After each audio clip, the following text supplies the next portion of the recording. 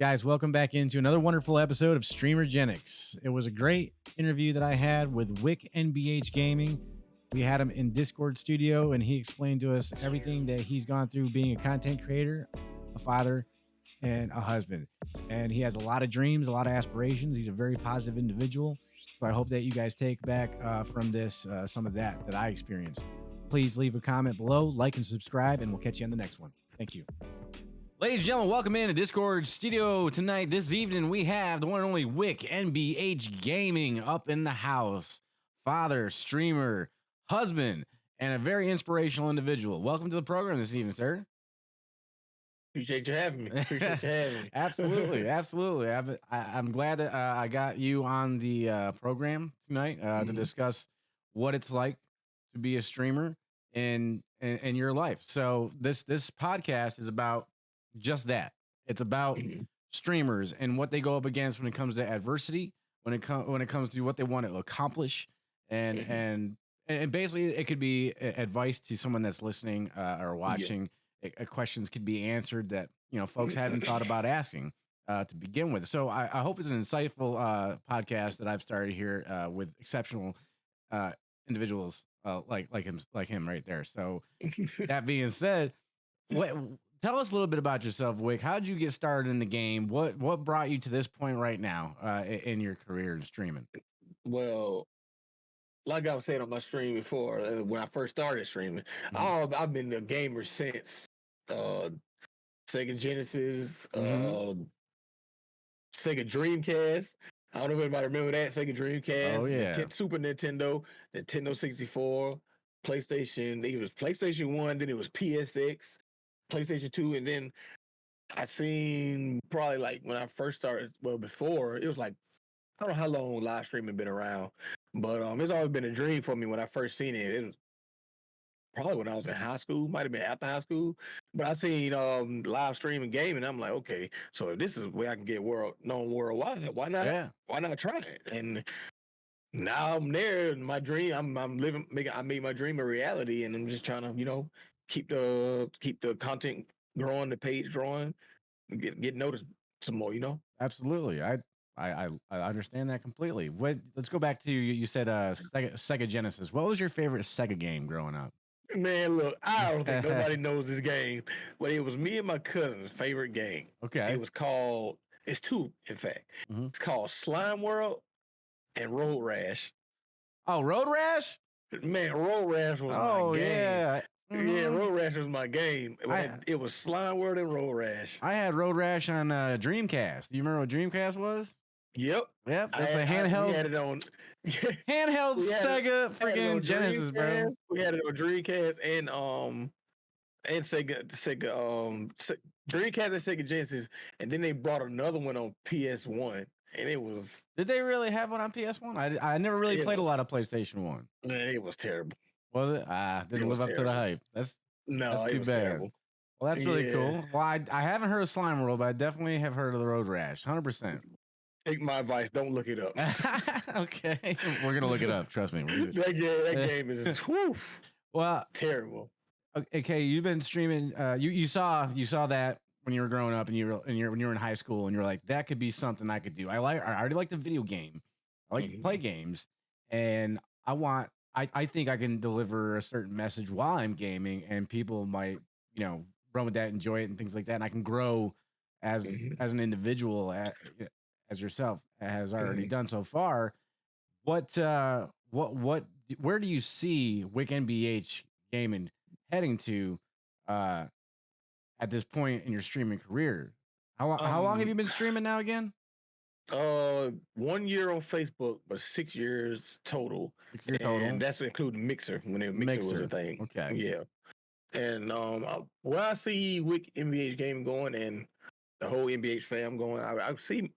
Like I said before, I want to be, if possible, how they have the gaming commercials or be a part of an ad on a Facebook platform, TikTok and YouTube. Just be a part of any type of gaming ad is what I'm trying to get to, so I can be more exposed to what's out there. You know what I'm saying? Try to draw in more crowds and stuff so people can understand my story and where I came from, what I'm trying to push toward. Okay. And And what I guess what my question could be like when you finally got going, on Facebook gaming, was there a point in time in your streaming career, even before that, where you were like, man, I just don't know? Was there a time where you questioned it? I mean, what was it that made you really sit back and go, hold on a second, let me think about this? Or what time, would It that w- have been? it's when I was streaming on. Had a good viewership and followers on Mixer, Okay. but when I got to Twitch and I was streaming, Mm-hmm. I got to like 50 something followers. And it was one stream I had. I never forget it. I made sure I looked at the amount of viewers that were coming in. I had one viewer the whole time. And guess Okay. who that viewer was? Was it you? Me. And I was like, yeah, I don't think this is for me, man. I think I'm gonna give it up. And like my big support system, my wife was like, if this is something you really want to do, push. Keep pushing. And the only thing one thing that keeps me driving is my mom told me, my dad used to tell me, my aunts, uncles used to tell me, I don't know why you play a game so much. You're not gonna make no money. It don't make you no money. I'm like, okay. I'm gonna show y'all one. I'm gonna show y'all one day. And that's what it molded me to become even stronger to the push still push. I'm like, okay, y'all gonna see. I don't spend all this time on the game for nothing. That's right. Yeah. Well, I mean, I'm glad you mentioned that because for a long time, I think it still exists. There's definitely a stigma when it comes to being a streamer, especially, and this isn't, like to, group up a certain amount of people or whatever, but, older folks tend to go and look at that you're a streamer, like, you just sit there and play video games. Who would watch you? Who would watch you sit there and play video games and throw money at you? You'd be surprised. And you can make money doing it. Very surprised. Yeah. But see, that wasn't. I don't want to say that was my only thing to prove that I can make money on it, but I also, like I said, wanted to be known. Sure. I want to be known too, and that's for the.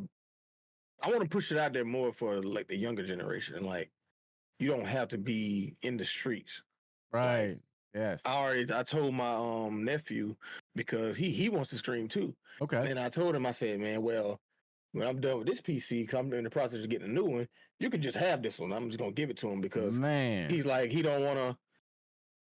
He likes basketball, but he don't know what else to do besides play basketball. I don't want him to end up getting in no type of trouble roaming the streets. Sure. So I try to push it out there to more younger people, people my age, that's in living the street life, living the streets. So I try to push it on them, like, man, stream, man, you can do this. Get GTA roleplay, you can do all that on the game. Like, yeah, you don't have. There's no risks there. T Grizzly said it best. He took all his homeboys off the streets, and now they're making millions on GTA roleplay. Is that what happened? Tell me about that a little bit. T Grizzly, he's a rapper from. Where is he from? T Grizzly's from Detroit, I think. Okay. I think he's from Detroit, but he has his own server on GTA roleplay, the 5M. 5M, right? And he had all his homeboys on the streets. They was, selling drugs, doing all that stuff like that, man. They out of all that, and all of them now are playing GTA roleplay. No shit. Really? And they're making close to 6 figures a month. IRL.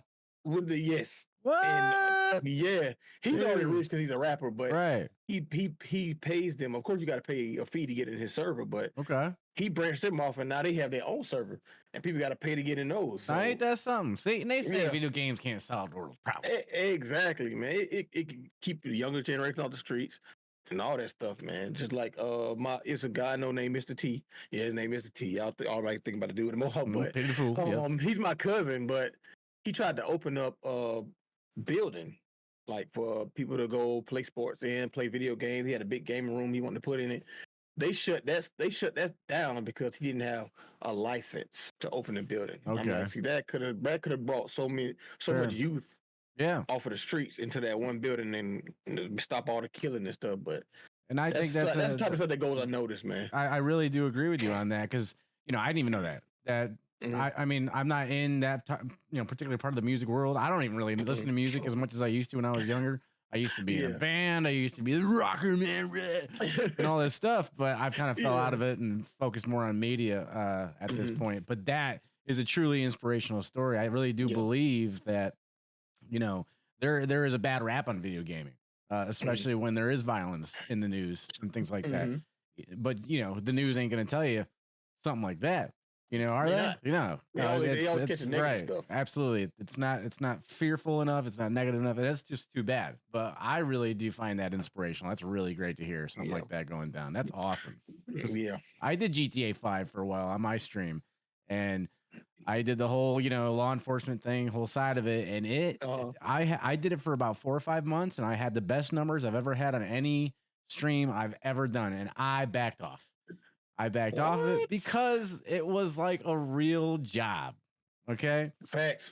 It was to be in the yes. circle, yeah. It was like a real job, which wasn't a big deal, but it stopped being for me. And now this doesn't mean it happens for other people, but for me, it started feeling like I was leaving my real job in real life and then going to do another.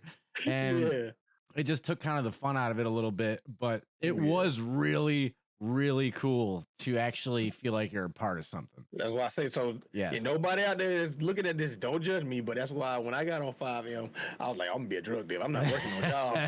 I'm not about to make this no job again. So that's what I should have done. I should have went that way.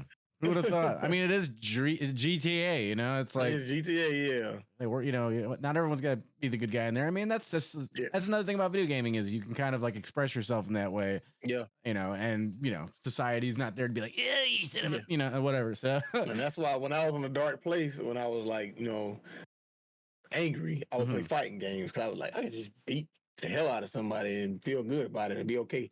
So that's why I used to play fighting games all the time. But now I'm just like, it's a true outlet. It's a true outlet. Yeah. And that's really great. Therapy.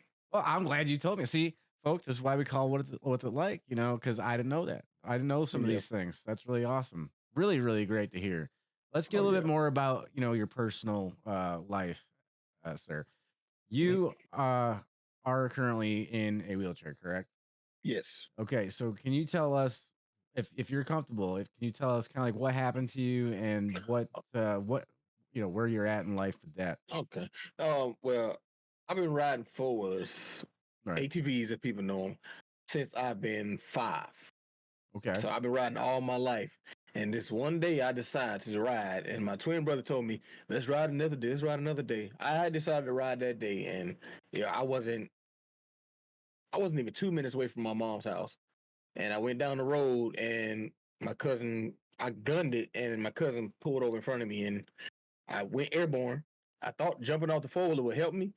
It did until the four-wheeler was flipping, and it landed on my neck and broke my neck. So, it broke my neck. It took my spinal cord and shifted it and went down, pulled it and went down, or up one of those like that. And now I'm currently paralyzed chest down. Okay.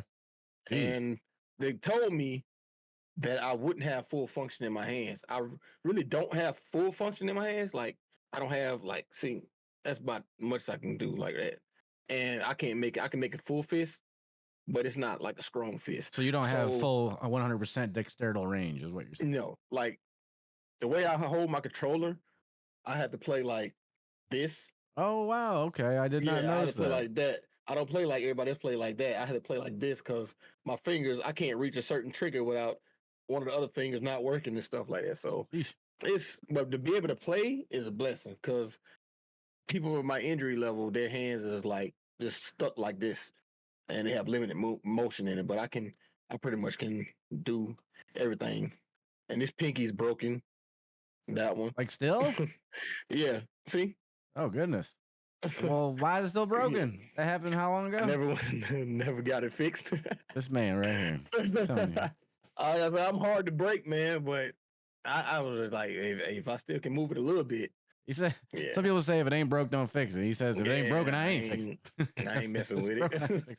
Well, if that's what, it's your personal decision. So far, I mean, if you can play video games and you can do what you enjoy and what you love to do, that's really great. I apologize that something like that. I can't imagine what what you can go through with something like that. It was a drastic change. I've been paralyzed now for 3 years. 3 years. Like I said, the hardest year was the first year. Yeah, first year of the whole thing because I had to realize that my whole life has changed. Mm-hmm. Like I couldn't even lift up my babies because my body was still going through trauma. Right. So I couldn't lift my babies up. They at the time they were 1, I think, 1 or 2. Yeah, they 4 now. So yeah, they were 1, and they were so heavy I couldn't pick them up. I couldn't give them a hug. I had to have my wife hand them down to me. I had to reach over and like just hold them with her support. But now I can just pick them up and toss them if I want to. So is there any? So I mean, I'm glad that you're able to do that. 100%. Is there any for the future? Is there any hope that you will get out of that chair? Is there any kind of treatment that you are going to be doing to further that? I heard a lot about stem cells. Okay. It's expensive, but Okay. it's them. It's something that they do to try to wake up the dead nerves and stuff in your body. They wake up nerves in the part of your body that don't work. Excuse me. But I'm gonna try to go back down to it's called Shepherd Center in Atlanta, Georgia. Okay. That's where I did my rehab at. I'm trying to get back down there now to see if I can get mobility back in my lower extremities in my body, as far as my legs and stuff, of course. So I'm trying to get back down there. I think it's like a 6 month 6 months, 6 week program. 6 weeks. Okay. Yeah, 6 week program that could try to like get me to where I want to be. So, I mean, but if I don't get out of the wheelchair or able to walk again, I'm just happy to be alive. And I'm happy to be here for my wife and my kids. That's truly inspirational, sir. That's truly inspirational. Big time. I hope that you can. I really do. I really do hope that the treatment that you go for, is definitely something that hugely benefits you. Yeah. Now this is not. I don't know if I said it before on my stream or not, but this is the second time that third time I know I was supposed to go, because I survived cancer too. Wow. I was also a cancer patient. I'm gonna show you. I did not know that accident. Either. Yeah, I had kidney cancer. I'm gonna show you. This is my car before. Okay. I got in an accident. That was in 2017. I got in an accident. It's a tree on top of the car. And you were in that? You were in that. Oh my God. Yeah. And that's the car. It just fell on you when you was driving? Yeah. It was a bad storm. I seen the tree coming down, but I was in a 92 Mustang, so there's no ABS. I slammed on brakes. I slid into the tree. I seen it still. When it came down, it was like that, and then stopped. And I was like, oh, shoot. And I braced myself and hit the tree. Oh, the only thing that saved me in that Mustang was a broken seat. Really? The broken seat saved you? A bolt was missing in the bottom left. And anytime you push on the steering wheel, it pushes you back in the car. So when I braced myself, I pushed back and the tree just boom. Bruh. Yeah. Oh my God, man. Well, yeah. I don't really talk about it a lot, but I was involved in a really, really, really bad car wreck in 2009.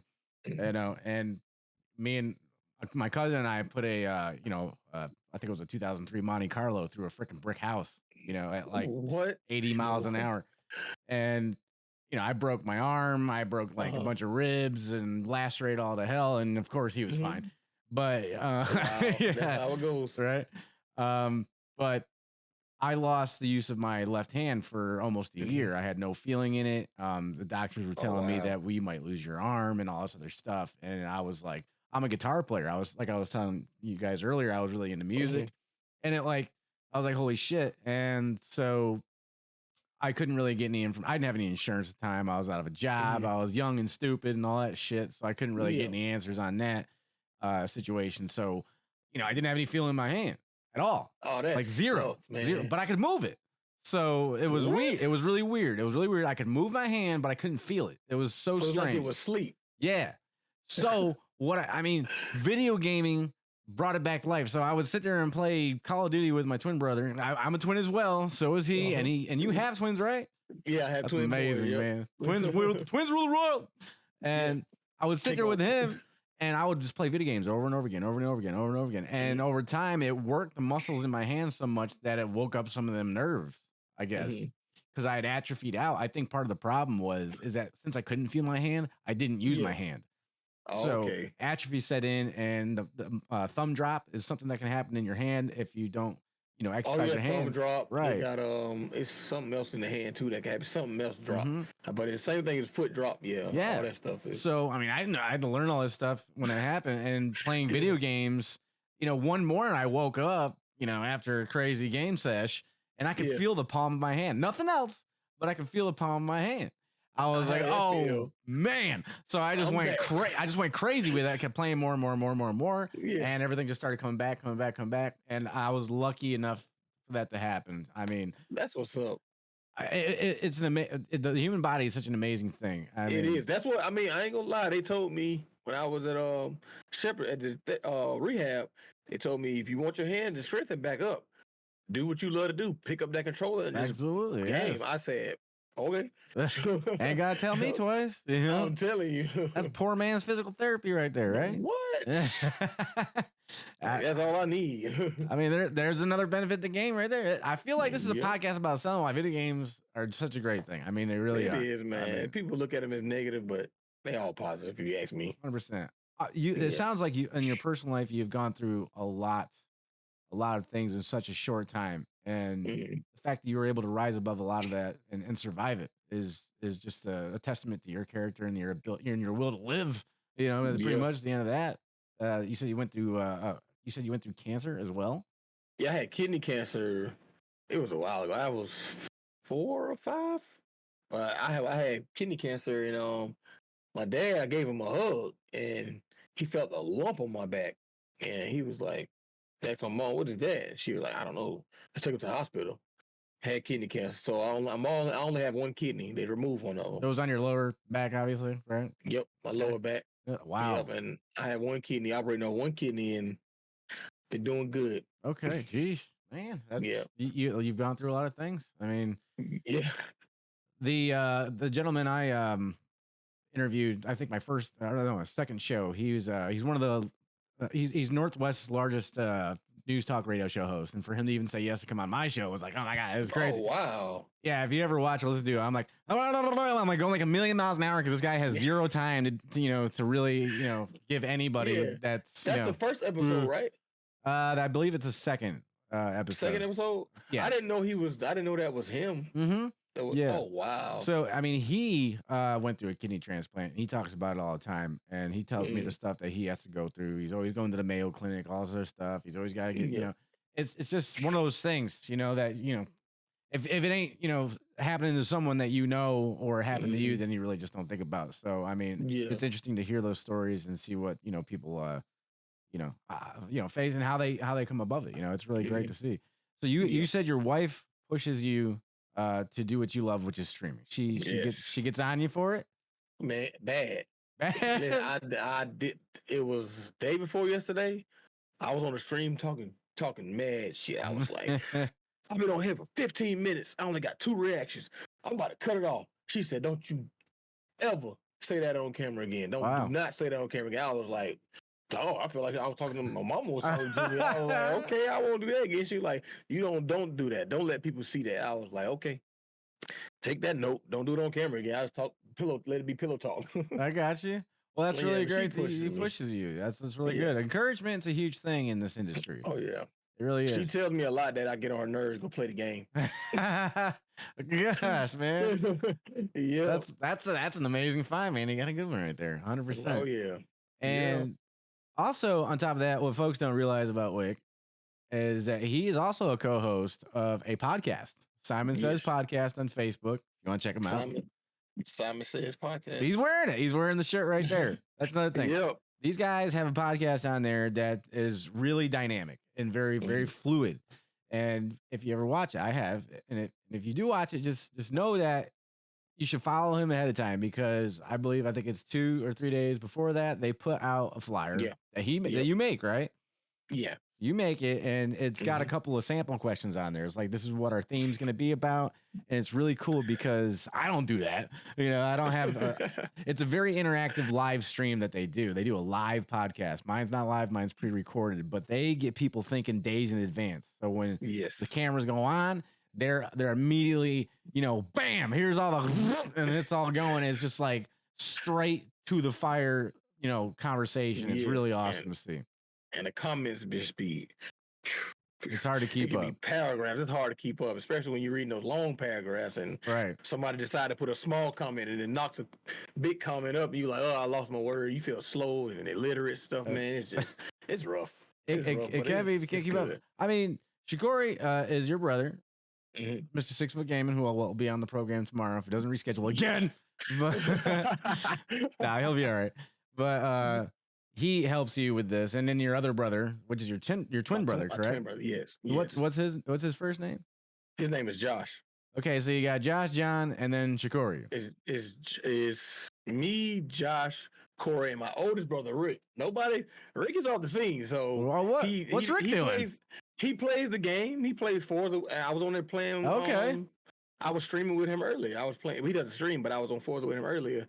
He's off the scene. He's low key. Rick's low key. Is he the man behind the computer? Kind of like Spider-Man, where they got the guy. He's the one doing all the. All right, he's behind the door.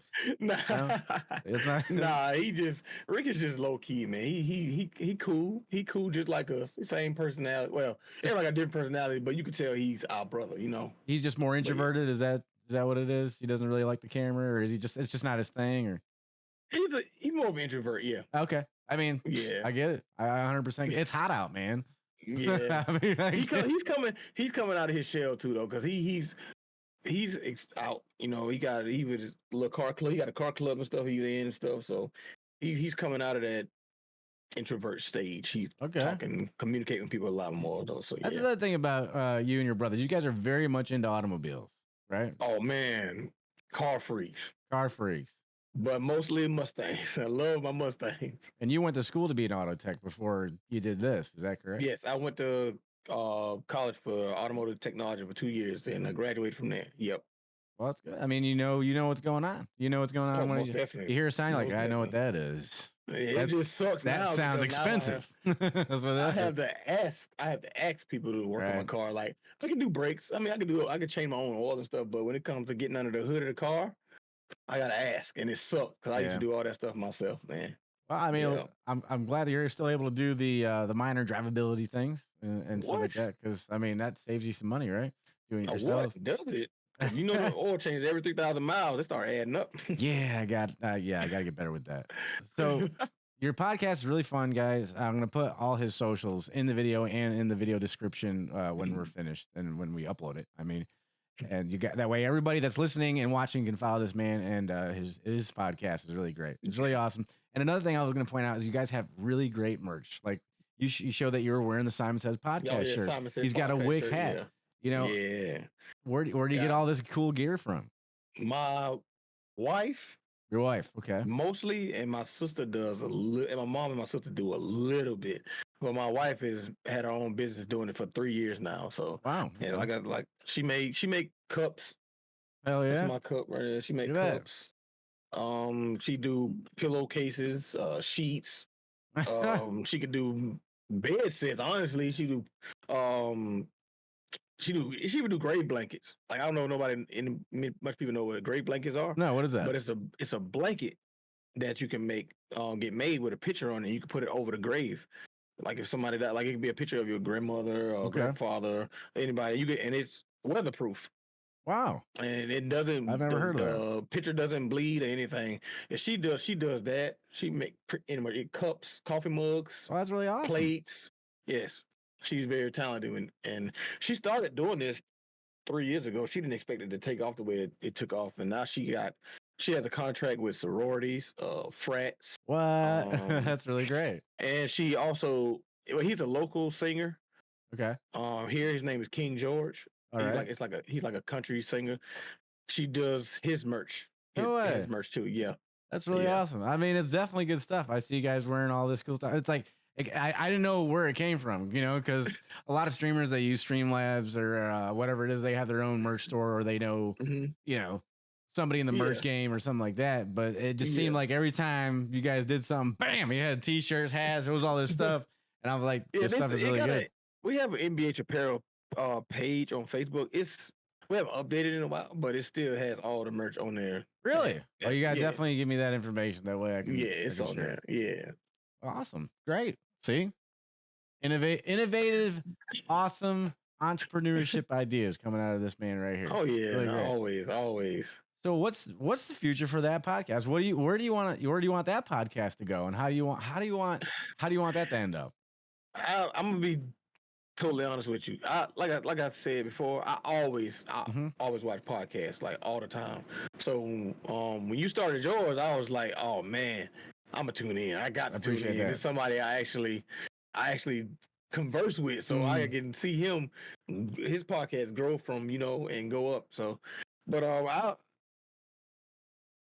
want our podcast as well as yours to get to the point where like we can have our own building where we can invite people in Yeah. and have like guests on and stuff like that. People could travel to come to our podcast and stuff like that. Man, I think it'd be lovely and to be able to.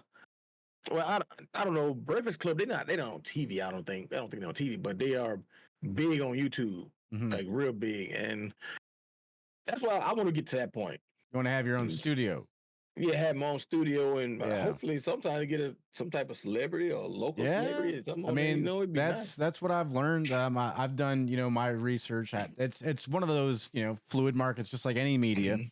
Especially, Mhm. streaming is the same way. You're always doing research. Things are always changing. It's very evolving all the time. So, Mhm. you can watch. There's a lot of gracious people out there that are creators when it comes to podcasting. It does a lot of great, Yeah.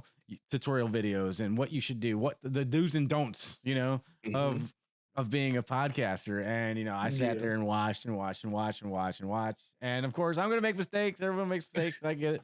I made one last night. We had a technical issue, and then here we are Yeah. again. That just means I get to Yeah. spend more time with you. That's all I mean. Yeah, I know, right? We get to know each other a little bit better, But Ain't nothing wrong with it. I would love to also, have an own studio and have an editing team. I mean, Man, let's go. editing is a hassle, isn't it? Editing for me is I love the end product. The journey there is tough for me because I'm very like ADD when it comes to certain things and Yeah. a perfectionist. And if it's just off just a little bit, I'm gonna throw it all away and start all over again. That's just the way it Yeah. is for me. If I I can made a reel yeah, the other day, Mhm. and it took me forever. And I'm Really? like, yep, I won't really, do that again. Yeah, I made a reel on Facebook, and I had to do all the editing and piece of stuff together to make sure. I'm a perfectionist when it comes to okay. that stuff. You know what too, I'm talking so- about? Yes. Yeah, so I was like, yeah, I'm not doing that again. I asked my wife to do it. Yeah, At least you have that ability. yeah, she'll text- He's she'll saying he text wants an editor, and he's already got the editor. He's got the merch person. He's got the editor. He's got everything he needs. Yeah, she's a tech geek, so Oh, good. That's really she's great.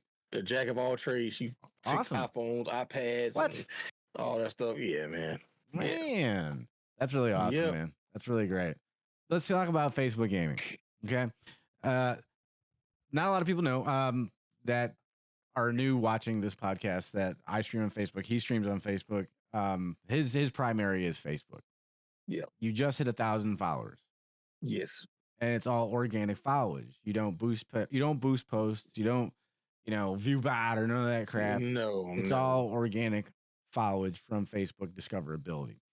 Yes. And that's great. And that's really good. And it's only going to go up for you. I already know that. Appreciate it. So, having said that, Facebook has been a really great tool since during the pandemic.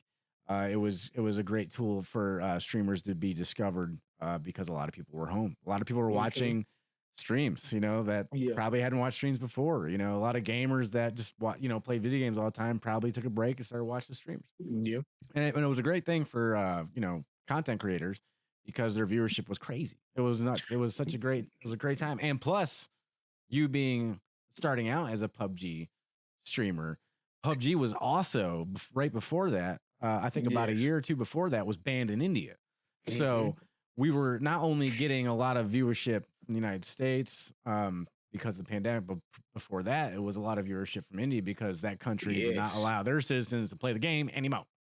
So they were, India is very strict when it comes to their, that's when the numbers was crazy. Their educational strictness. Let's put it that way. Put a kibosh on PUBG in India. So the only way for them to get their PUBG fill was to watch streamers. And I mean, it sucks for them, but it was kind of good for us to get that, to get that viewership. My numbers went through the roof when that happened. So, do you have anybody from India that still come in and say hi to you and stuff like that? It's one guy, and I still don't know how to pronounce his name. I don't even know how to I think at this point he's okay with it. He's still coming back. When he comes in, I just say, appreciate the like, bro. That's all I can say because I don't know how to read it. I don't know how to read. So, but it's one guy I know for sure that still comes in. That's awesome. Yeah. I do. I got a bunch that still show up and show some love every once in a while. You know, it's not all the time. They just, hey, here you go. I'm still around. That's great. Yeah, that's about it. And that's really cool. Facebook has been going through some financial issues when it comes to, I wouldn't say issues, financial issues. I would say they re-imaged their business model when it came to Facebook gaming. So there has been a lot of issues with Facebook gaming last 6 months when it comes to live notifications, comments, not updating in chat, discoverability problems and things like that. And that's because there was a big layoff in Meta. And I think I heard a lot of people say, even Facebook partners say that, the head of Facebook gaming was one of the ones that was chopped. So, oh, wow. Right. So Facebook partners had a line to a support system through their partnership agreement. And one day they just stopped hearing from it. It was gone. It was like, see you later. You go do your own thing. There wasn't even none of that. It was just gone. It was just gone. It was like yelling in an empty tunnel and your voice coming back and you're like, okay, there's nobody there. That's where it's at. Which is really discouraging because a lot of these guys signed a lot of contracts and things and non-disclosure agreements, and it's really difficult. I know in U.S. and in different countries, they had a growth program not too long ago, a couple of years ago, where I wouldn't necessarily say just handing out partnerships to streamers, but there were streamers that were awarded these partnerships based on their growth probability and things like that, and they are good streamers, and so they definitely deserve it. In the U.S., the metrics to hit partner were already really, really, really difficult.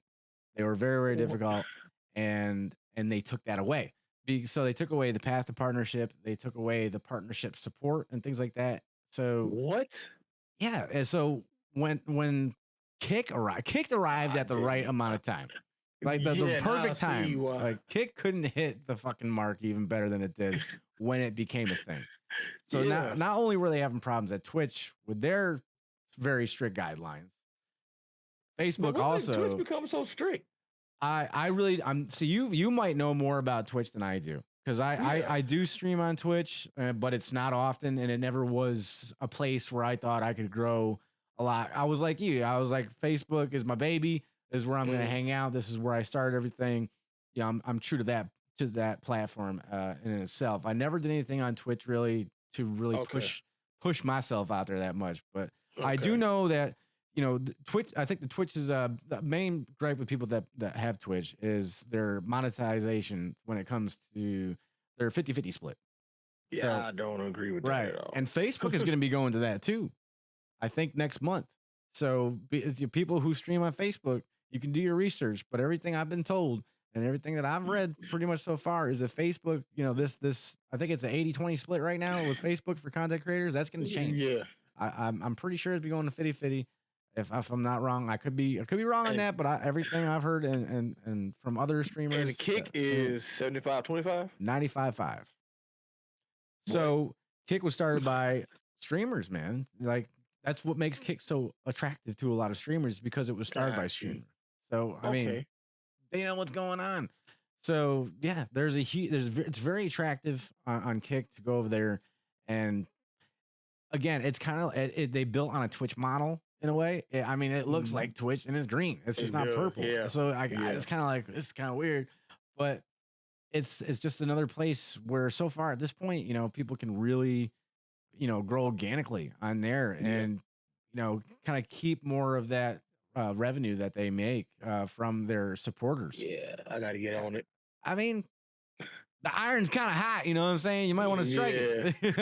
But you said it came up at the right time. It did. It came up at the right time because, Twitch rolled out some guidelines about 3 weeks ago that were just fucking ridiculous. Like shit that made people go like, what the fuck? And Kick was already kicking ass, if you want to call it that. And when these guidelines were announced, it was like, jump ship. I was watching all these YouTube creators that I follow that have millions of subscribers, and they're like, Twitch just killed itself. There's all this shit. Wow. I just don't know why these businesses are doing this. You know, Yeah, that's crazy. you said you stream on Twitch, right? Yeah, I do. You still do, right? Yeah, I just paid my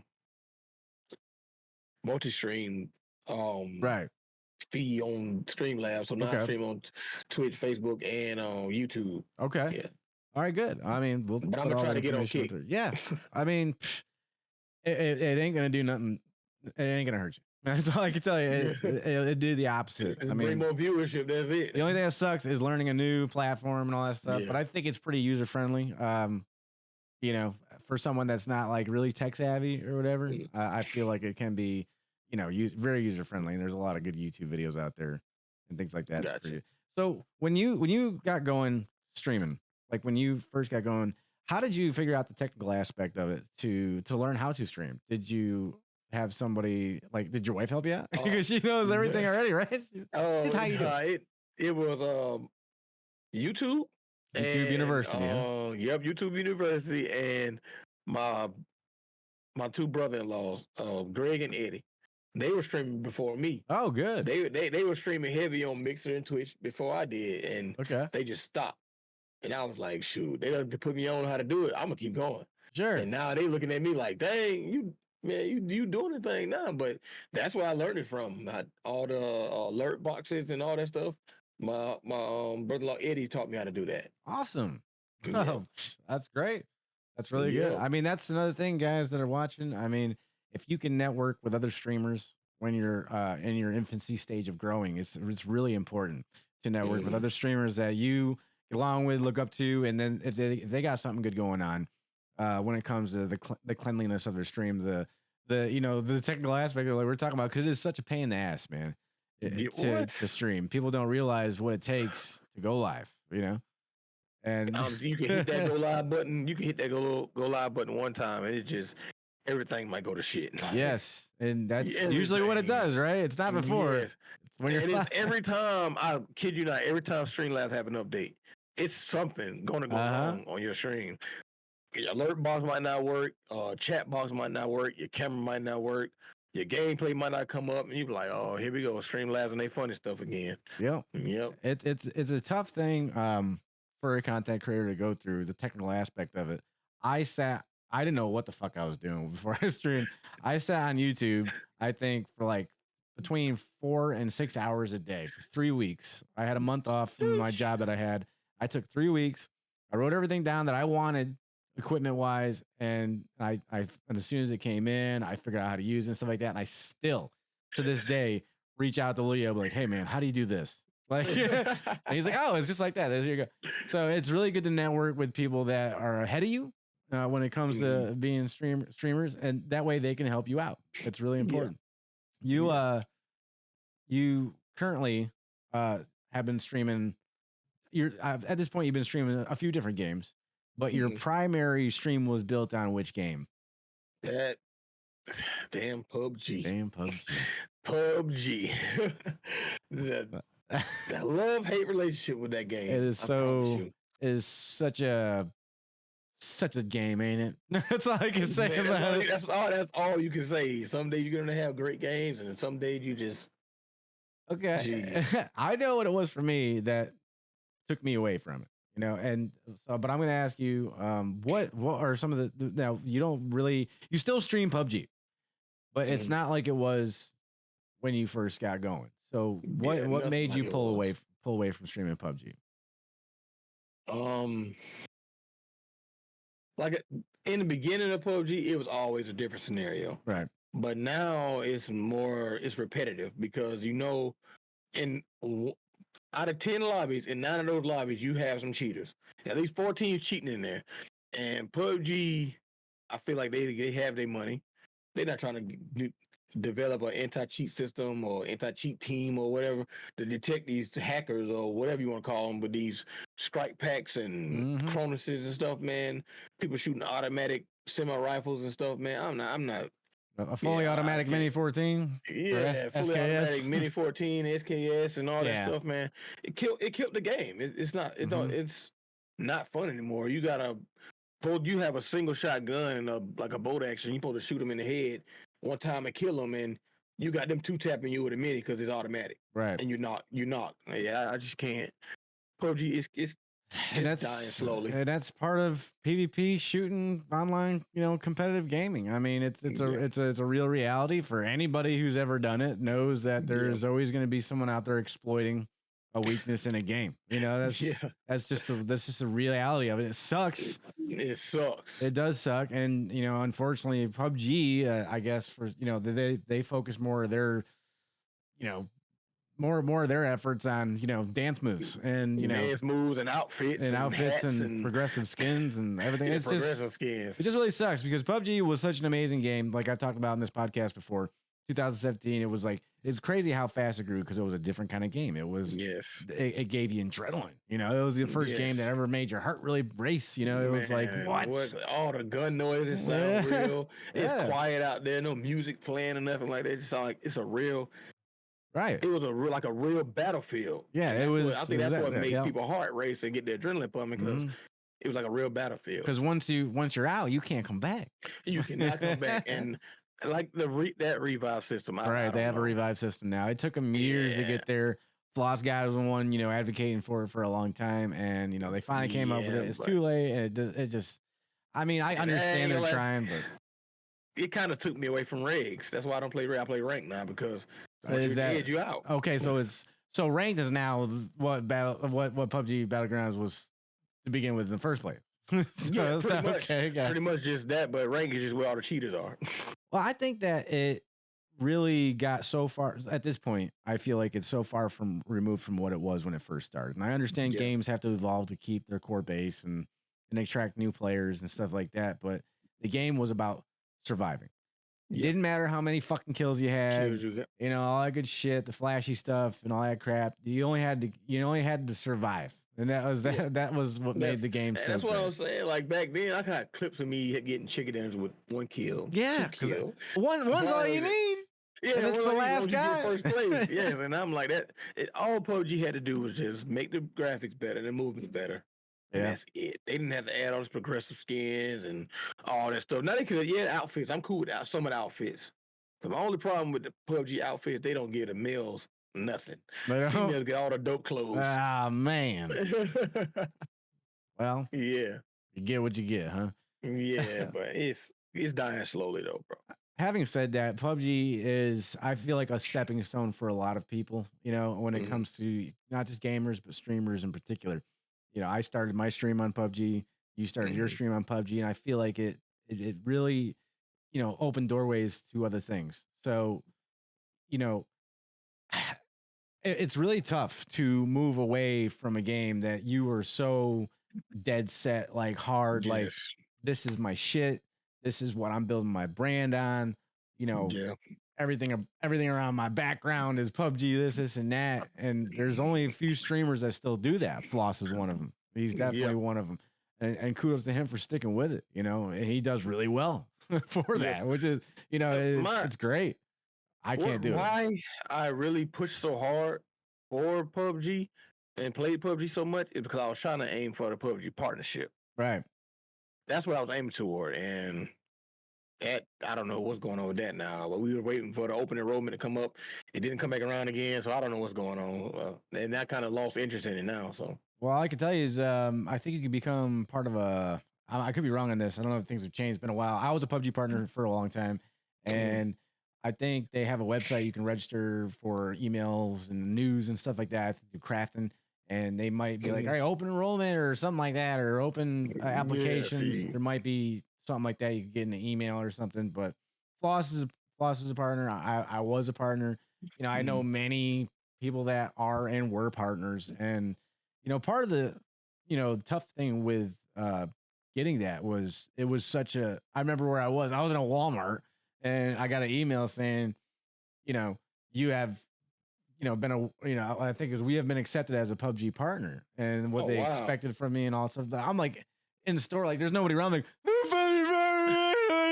I thought it was like the most coolest thing ever, and no one else in the real world gives a shit. Most of it. So for me, being a huge gamer and a huge person that played a person that was hugely into playing PUBG and streaming it was like, this is like an honor.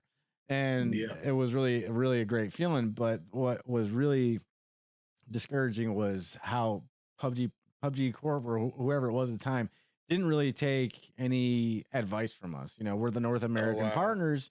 You know, you should be listening. We're here advocating for your game. We're creating content for you and everything else. And there is some incentives to doing that. You know, they have a share program for, you know, creator codes and things like that, and you can get a percentage earned back through that, and that's a great thing. It's a good thing to compensate their partners. But at the same time, other than the free merch that they give you, it's like you don't have. I feel like you don't have a voice, even though you're in this really, you know, crazy Discord that they have that's really exclusive.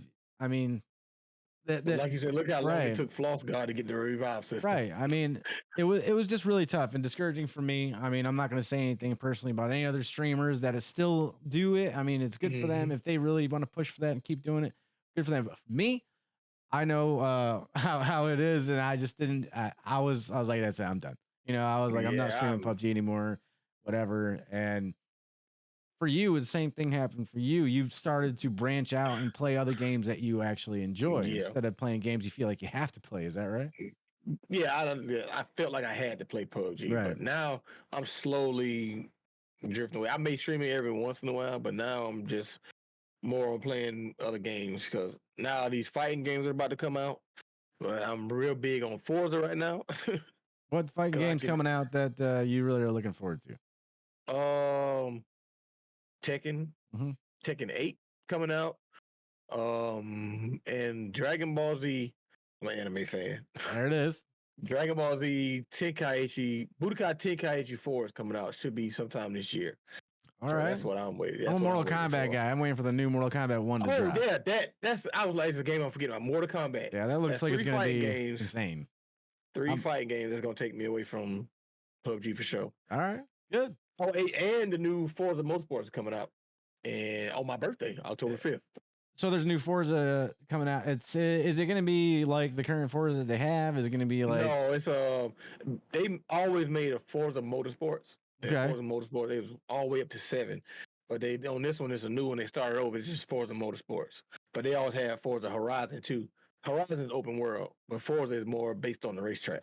I loved that. Okay, I was going to say that. I loved Forzas. I loved, I think 6 is the one that had the blue Ford on the front. I believe it was. Nope, that is, yes, that was. Is that, okay, I was right about that. That was the last one I played. The blue Ford GT that's on the front, yeah. I was like, this game is amazing. And I didn't have my wheel at the time. But wait a minute, so you didn't play Forza 7 Motorsports? I don't remember. But what I was going to say was when they came out with Horizon, I could be wrong on this, but for me and a lot of other people that I know that played it, they made it unavailable to purchase the old ones on Xbox and PC. You know why they made the Forzas unable to purchase? Why? They lost their license. How'd that happen? They had to get all their licenses back for all the cars. I don't know how it happened, but that's what 6 Foot went and looked it up. They lost their license to all the cars. So that Forza Motorsport 7 has been out since 2017. Wow. And now they're finally coming out with another one in 2023. See, I did not know that. I'm glad he looked it up. Their license. Yeah, they lost their license to all their cars. Because I was pissed. License back. I was like, this was great. Where did it all go? It's gone. What about everyone everyone that bought the game couldn't play it? Corey went to buy it again on his system. It said on yours, not available. He was like, wait a minute, what? Yeah. So that's when he went and looked it up, and they lost all their licenses, and he had to buy it. I did not know that. He bought it what's the little cards with the redeem codes? It's like a gift card? It was like a redeem code for Forza. Oh, okay. He bought it off Facebook Marketplace, and that's how he got it again. Oh my god! There's a will, there's a way, man. Yeah, it's always a way around it. More than one way to skin a cat. All right. Yeah. Awesome. Well, I'll be definitely looking at that because I like the Forzas when it came to the actual racetrack. It had a little bit of a, what was that game back in the day that I played on freaking Xbox 360, I think it was. Oh, it's going to drive me crazy. It had the Pikes Peak X6 version in it. It had all the awesome tracks on it. Oh, no. I don't think that was it 360? Xbox. Oh, that was No, yeah. That was Gran Turismo. Yes. Yes, Gran Turismo. So we played all that, man. It had that feel to it. It had tracks. It had all this stuff. I mean, it's cool to drive in like inner cities and stuff like that and countrysides and stuff like that. But I really like the track feel to those games, and that's why I like those older Forzas, and I'm glad they're bringing it back because that pissed Definitely me bringing off. it I back. was like, God damn it, I was having such a good time. So that's great. That you're branching out, and where you said you wanted to be in an ad, you wanted to be like showcased, and we talked about your podcast and where you want that to be. Where do you really truly want this stream to end up? Like at what point in your streaming career could you say, all right, you know what, I'm satisfied with this, I can work with this, this is where I want to be, this is at this point, or is it just keep on going, like I want to accomplish more every day? I want to. I don't want it to have a ceiling on it. Like I want Okay. to just keep going and going because currently I'm not able to work a physical job. If I do anything, I have to work from home. And if I'm gonna work from home, I might as well try my best. I'm trying to do my best not to put it as I just want to make money because that's not why I do it. I genuinely just love gaming. But if I can get this to the point where I can support my family with what I'm doing, that's what I want to get to, so it can be like some type of income or something like that. But I just want to keep. I don't want to have a roof on it. I don't want to have a ceiling on it. I just want to grow and grow. Yeah. Well, awesome. I mean, I've watched you for a long time, and I've told this to many people. And for folks that don't know, it takes a lot to get a reaction out of me, and that's not just because I'm a douchebag, I guess, if you want to call it that. I'm very critical of myself and of the things that I watch that bring me enjoyment when it comes to like stand-up comedy, TV shows, movies, or whatever it is. It takes a lot to get a reaction out of me, like a real funny, laugh out loud. And I was telling that to the Game Vacuum, and they actually. Those two individuals that I interviewed last time, they're very hilarious in what they do. And for you, what really truly drew me to you was how much you've overcome in your personal life, and I feel like that's really inspirational. I feel like it's not, you don't like advertise it or none of that shit. It's like I feel like you're some people have like a different way about themselves when they stream. Sometimes people might be a little bit of a character, you know what I mean? And if that works for them, fine. But I feel like you're a very real individual. So that's what really keeps me coming back. I mean, your streams are great. You're interactive. You don't miss comments, stuff like that. I appreciate it, man. And you do really well. So I really feel like you have amazing potential to really accomplish some great things. I appreciate it. Well, you motivated me too, though, Recliner. You motivated me. I did. with the you're the reason I branched off and started playing Forza again on the stream. Oh, there you go. Because you were playing the truck simulator game? American Truck Simulator, yeah. I seen you cruising on there. You was just riding. You was talking to the chat. I was like, you go get on Forza and just cruise down the highway and talk to my chat. So it like people may think I'm joking, but I sat there and looked at your stream while you were playing. I'm like, well, I appreciate that. Well, hey, play Forza. If I can make a positive impact in someone's life, especially for a content creator such as yourself, I mean, I feel like I've done my job. Yeah, I'm not just saying that because I'm on your podcast. Sure, I'm saying I appreciate it. I genuinely mean that. I mean, like you motivated me to play something I love to play on my stream. So yeah, and that's another thing for people that are thinking about being a streamer. I mean, you have 30 seconds. Bearded Leo told me this, and I should know the statistic. He said you have 30 seconds to keep and hold a viewer to come back, things like something like that. I said 30 seconds is not a lot of time, so you have to be doing something in your stream that I feel like you really enjoy. If you're doing something that you really enjoy, people see that. People see you having a good time, and they're gonna have a good time. It's joy is infectious, right? So so isn't laughing. If you're watching something like that, it can draw you in, and it's a tough business being a streamer. It really is. It can be very difficult. A lot of people, even now, folks that I've watched, I've seen them post, that's it, I'm done, I'm out, I didn't get to where I wanted to be, and I'm done. It's out. It's over. And it's not, this podcast isn't to discourage anybody at all from being a content creator or doing things that they love when it comes to social media. It's just a little bit more insightful, because everybody, it's like if you step into a really fast car, it's like, hey man, keep it under 100. You want to go 150. You want to go. You want to get straight to the end of the line. Yeah. So and I get that. Everyone wants to get to the top so quick, and it's good to have that drive. And that's why when I see those posts when they were like, "I'm done. I want to give up. I'm not doing this no more." I've been in those shoes, so I try my Sure. best to try to reach out and grab them and bring them back. Like, bro, Yeah. don't give up. Just keep pushing, bro. It's your time gonna come. We Even though I yeah. be in that situation, I'm still I try to remain motivational. Like, come on back, bro. It's not time for you to stop streaming. Just come back and keep doing it. We had a guy just last week is a streamer that I'm gonna have on this show. He posted, something very similar to that. He was like, at this time, at this point in my life, I feel like I didn't accomplish the things that I wanted to with my stream, and that's just gonna be it. If you're a sub, cancel.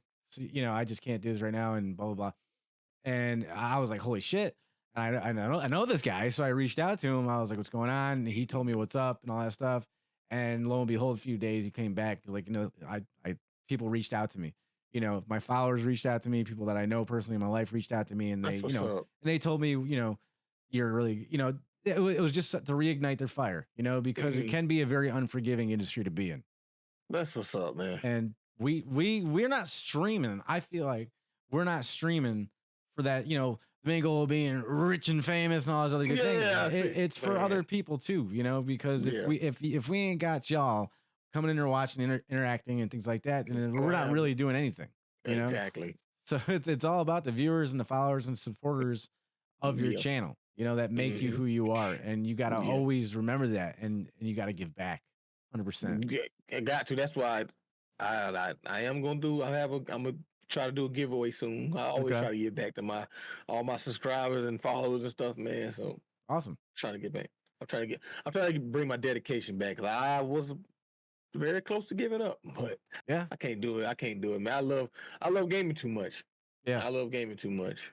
And it's good to see someone like yourself continue on and not give up, and always have that inspiration to keep moving forward. It's really great. So usually at this point of the time of the podcast, I give the guest the floor, and they can talk about whatever they want to. They could just touch on some more points that they have made earlier in the interview that they wanted to provide more scope on. Is there anything you'd like to add to the show? Just say it again for all you streamers out there that feel like you want to give up, man, or don't want to create content anymore. Keep pushing. I genuinely mean that. I've been doing this for 6 years now, a year on Facebook, and when I thought about giving up, I started back doing good again, man. Just don't give up that hope and have faith, and just pray about it. Yeah, sure, absolutely. I mean, even Floss God took a 10-month break. He took a 10-month break of streaming. He's telling me, I didn't even know that. It didn't look like it was that long. Yeah, he said he took a 10-month break, and he came back bigger, better than ever. And he's on his way to partnership on Green. So on Kick. So I mean, that's amazing. That is. And us as content creators, we see that and we're like, you know what? I can do that too. It pushes me, man. It pushes me. I can't. My integrity won't allow me to hate on the next person. I can't do it. Yeah. I cannot do it. We're all in this together. I'm gonna continue to push them. I can't. I just can't gather myself to hate on nobody. That's good. It won't happen. And we need more people like this in the field, 100%. And I mean, speaking of which, we're going to be interviewing your brother tomorrow. Yeah. And I'm really excited to see what he has to say and share his story. We'll probably be talking about you. Nothing bad, of course. Oh no. I'll let him tell it. Okay. Screaming. I'll let him tell it. Yeah, I'm really excited to see what he has to say. It's been a really great experience getting to know you better. I mean, this podcast is great for me as well because I get to sit down and really have a really good conversation and connect more on a human level with these individuals that I have on the show. It's just really rewarding for me. And if you guys get any kind of like information out of it, any inspiration out of it, then the show has done its job as designed. So, Wick, I want to really say thank you and appreciate you coming onto the program and telling us your story and how you've overcome the things that you've overcome and where you plan on going. So I appreciate you having me, man. Absolutely, man. Where can people find you online?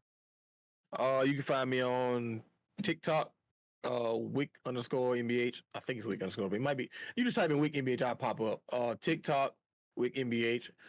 Facebook, Wick NBH Gaming. Twitch, Wick NBH. Kick, Wick NBH. And I feel like I'm losing something. I forgot one. There's so many. YouTube. I'm on YouTube. Okay. Wick NBH. All right, we're gonna have all the links on the screen. And Twitter. But I don't barely use Twitter. I gotta get back on that though. Well, now they got Facebook Threads, man. You might not even worried about Twitter. I don't even. What is that? Facebook Threads is a new service that dropped to Facebook. I think it came online today. Actually, they're getting sued like a mofo by Elon Musk right now because they're accusing Facebook Meta of hiring previous Twitter employees to build their program. So I mean, if you look at it, it looks just like fucking Twitter, man. It looks just like it. Y'all follow me on that soon at Wick NBH. There you go. Awesome, man. Again, thank you, brother. And I'm excited to see where you go with this. And I'll be following you around, man. I hope everybody who's watching this gives him a like, a follow, and shows up and say, hey, man, we saw you on the podcast and we want to check you out.